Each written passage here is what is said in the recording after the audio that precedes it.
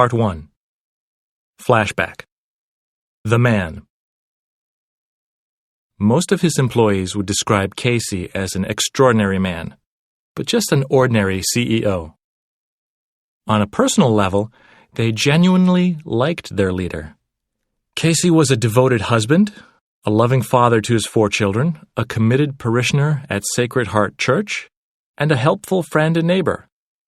It was almost impossible not to like, even admire, the man, which made his limitation as a leader all the more mystifying.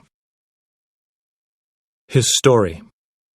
The McDaniel family had lived modestly in Carmel for the past 50 years, and Casey grew up on or around the many golf courses in the area, usually as a caddy or gardener.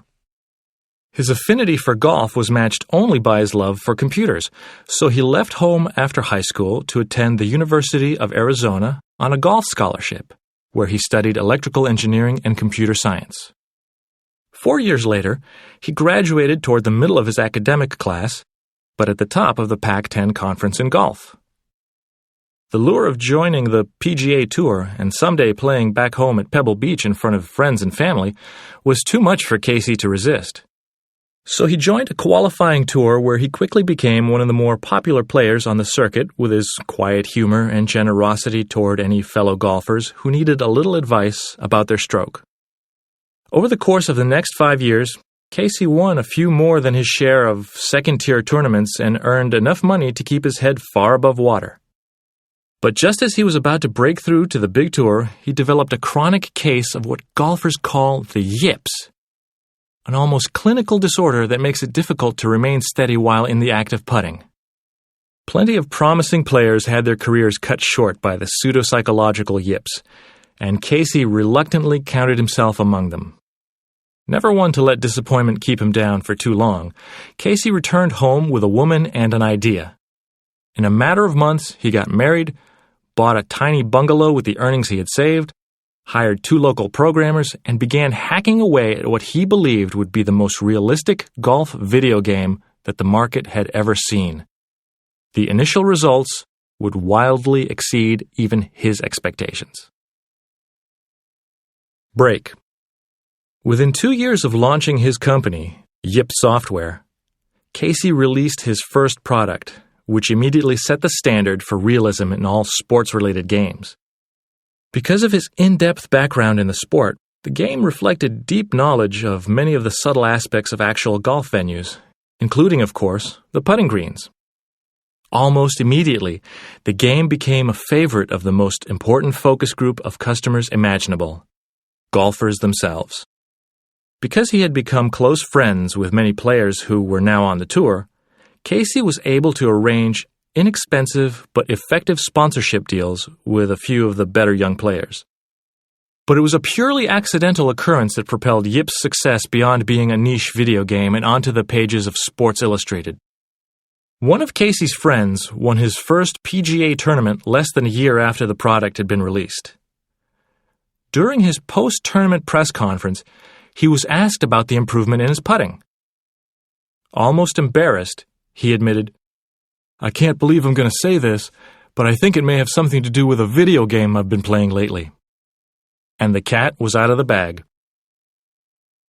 The ride. Almost immediately, serious golfers everywhere, many of whom hadn't played a video game in their lives, were calling Yip's 800 number to order a game. Casey quickly opened a small office, hired a dozen employees, and held on for dear life. Before long, the game would be available in almost every pro shop and game store in the country. The next 8 years of Casey's life would be an iterative exercise of hiring more people, programming new games, marketing to more stores, moving to larger offices. Not to mention having more kids. By the 10th anniversary of the company and his marriage, Casey and his wife, Patricia, were raising 4 children, and his company had brought 8 successful games to market, covering golf, cycling, and most recently, tennis. Thanks to Casey's attention to detail, the games consistently gained notoriety for their accurate depiction of real-life venues around the world, from the links at St. Andrews in Scotland to the hills of the Pyrenees Mountains in the Tour de France to grass courts at Wimbledon. From the beginning, Casey refused to produce violent, fantasy-oriented games aimed at kids. Instead, he insisted that Yip's products be focused on sports, and always realistic and innovative. As a result, Yip developed a strong following among adults and older teens who considered themselves relatively serious athletes.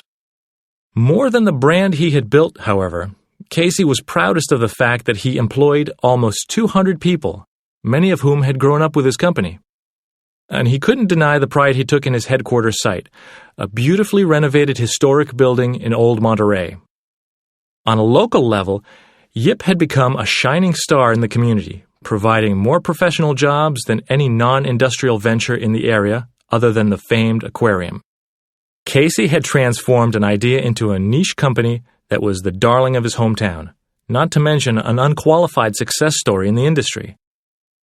But like so many success stories, there was another side to Yip and its CEO. And it was as baffling as it was undeniable.